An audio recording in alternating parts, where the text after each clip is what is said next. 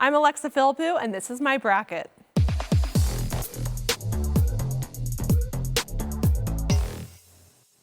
All right, let's get started with the first round. Nothing too complicated here. I got South Carolina advancing and staying undefeated going into the second round. North Carolina, Michigan State is an interesting one. North Carolina can be very inconsistent, but I think they're going to be good enough to get to that second game and get this rematch going against the Gamecocks. Oklahoma, Florida, Gulf Coast. Those 5-12 games can be tricky, but you know what? I'm going to take the Sooners. They won the Big 12 regular season for a reason, and I'll have them advancing against the Eagles. Indiana over Fairfield, even though Fairfield has only one loss. I think Indiana's just too good, and if Mackenzie Holmes is back, they're going to have no problem getting to that second round. Then we go down, and we have a really interesting Nebraska-Texas A&M matchup. I think Nebraska is going to be working off that momentum it got from the Big Ten tournament, and they're going to advance over Texas A&M. Oregon State Beavers, I have easily getting to the second round as they host in Corvallis. And then Ole Miss Marquette. Marquette has been a little bit disappointing this year, I think a lot of people would say, and Ole Miss, they've played some really tough SEC teams close, so I have them beating the Golden Eagles. Notre Dame, even with their shorthanded bench, I'm going to have going to the second round as well, if I could get them to actually go there. There we go. Let's move on to the Regional 4. Texas, #1 seed, advancing over Drexel. I'm going to say that Florida State, well, why not pick Tania Latson? This is her first NCAA tournament. I think that she'll go off and show people what she's about. These are two three-point shooting teams, but Alyssa Peely is going to be impossible for South Dakota State to stop. So I have them advancing as well. Gonzaga, they have 30 wins on the season. And yeah, they lost their title game, the WCC tournament, but they're going to be going off on a high note coming off of that. So I have them advancing to the second round as well. All right, Tennessee. I think everyone agrees that what Tennessee did against South Carolina was so impressive in the SEC tournament, and they're going to keep rolling from there. So they're going to take down a tough Green Bay team. Don't sleep on Green Bay, but I think Rickea Jackson will get it done. NC State over Chattanooga, I have advancing. And then this is a very interesting matchup to me. Maryland obviously had that big upset over Ohio State in the Big Ten tournament, but I love Iowa State's freshmen. And yeah, they don't have NCAA tournament experience, but maybe that'll help, you know? Just don't feel the pressure as much. So I have Iowa State advancing. Stanford, I have advancing too, getting to that second weekend, and then we go to our new regional. All right, we're headed now to Regional 2 in Albany, the region of death, as they say. So I have Iowa advancing to the second round over Holy Cross. Really interesting 8-9 game here with two defensive-minded teams, but I got Princeton winning their first round game for the third year in a row. And then I have Colorado as again, really interesting 5-12, but I'm going to go with Colorado. I love their experience. They start a lot of fifth-year seniors and, other seniors. And then we have Kansas State beating the upset-minded Portland Pilots. We go down now to the next part of the region. I have Louisville advancing to the second round because it's Jeff Walz and he wins in March. What can you say? LSU advancing to the second round as well. I have Creighton beating UNLV. That would be a big one. That's a 30-win UNLV team, but Creighton knows a little thing or two about deep March runs. Then we got UCLA advancing against California Baptist. We go now to the Region 3 in Portland. USC will have no issues against Texas A&M Corpus Christi. We have a really interesting 8-9 game. I'm going to go with Kansas here, the Jayhawks.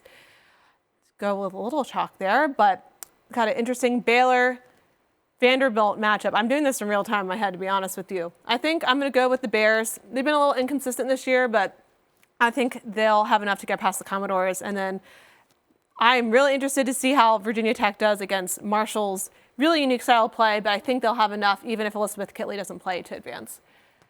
The bottom of this region should be interesting. I got Syracuse and DeAsia Fair advancing after beating Auburn, UConn, taking down Jackson State. Duke has been playing really good basketball the last few weeks, so I think they can get past Richmond without a problem. And then Ohio State taking down Maine. So let's now go to the second round.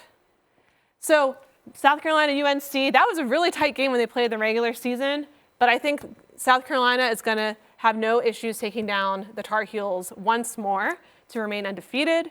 We got 5-4, Oklahoma, Indiana. I think I'm going to go with Indiana, even though they've let me down some other times this year, but I think they have enough to make it to the Sweet 16. Nebraska, Oregon State, Beavers, Reagan Beers will have a big game here, and I love the defensive energy they play with. I think that's going to get them pretty far. And then this is a tough one. I think Notre Dame will get past Ole Miss, but I would not be surprised if this pick ends up wrong, especially with Notre Dame's injury issues. We're going to go down now to this next part of the bracket. I got Texas. They're just going to be too much for Florida State. I think Utah is going to get it done against Gonzaga. And then a really interesting 6-3 that I think NC State is going to do it. I think their offense will kind of get going again, and they'll be able to advance to the Sweet 16.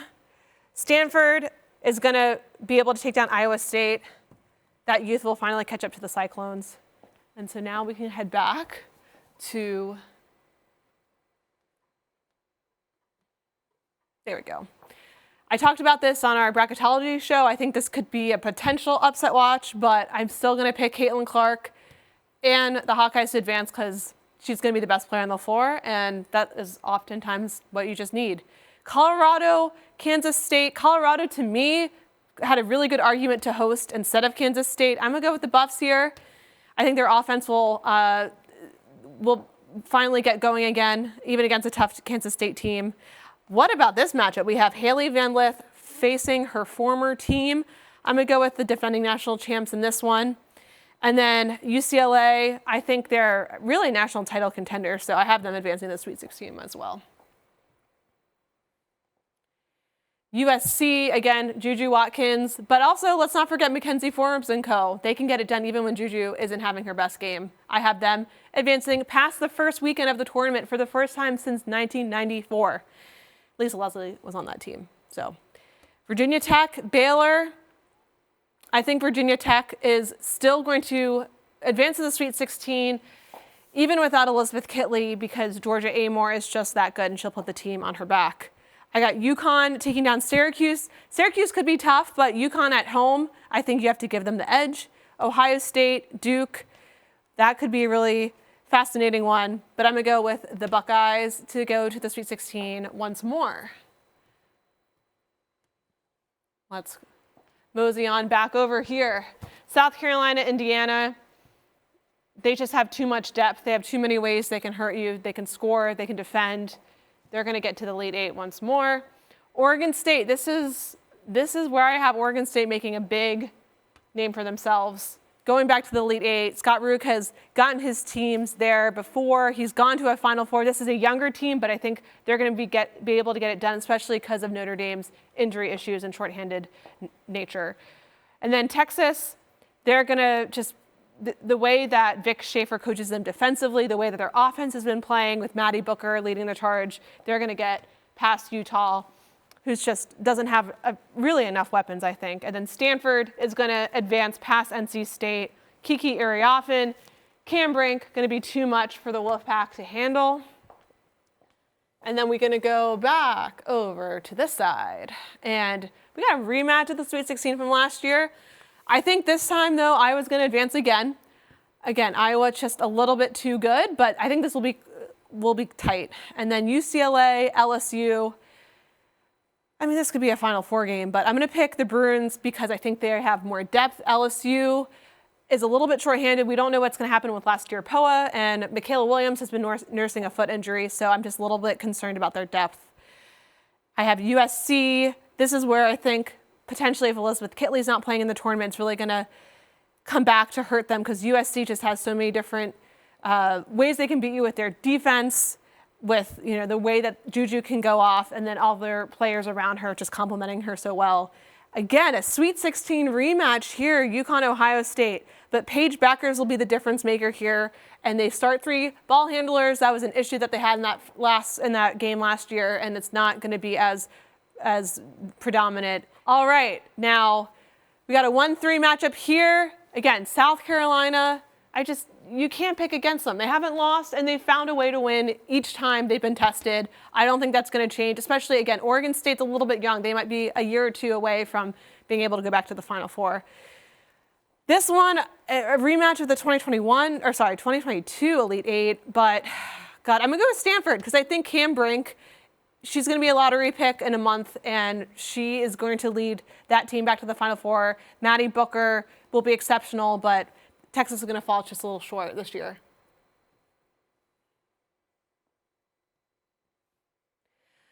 Iowa, UCLA. I can't believe only one of these teams will make it, but I'm going to go with UCLA. I think they just have the complete package. They can defend. They have different ways to score. They got the inside presence of Lauren Betts. I think she's going to be too much for Iowa to handle.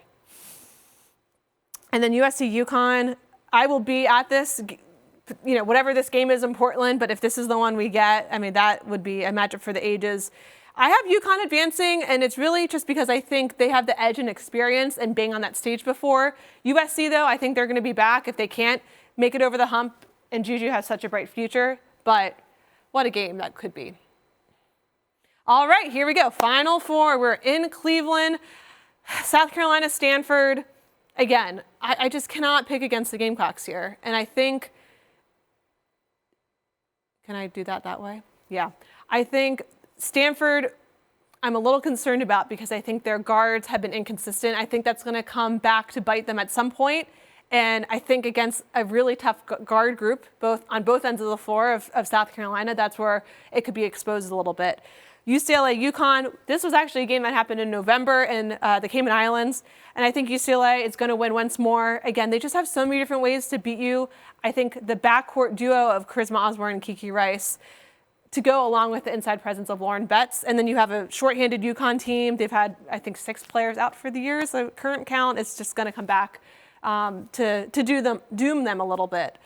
And then we have our title game, South Carolina, UCLA, 1 versus 2.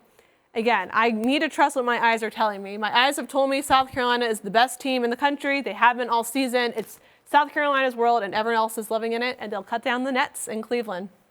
So that's my bracket.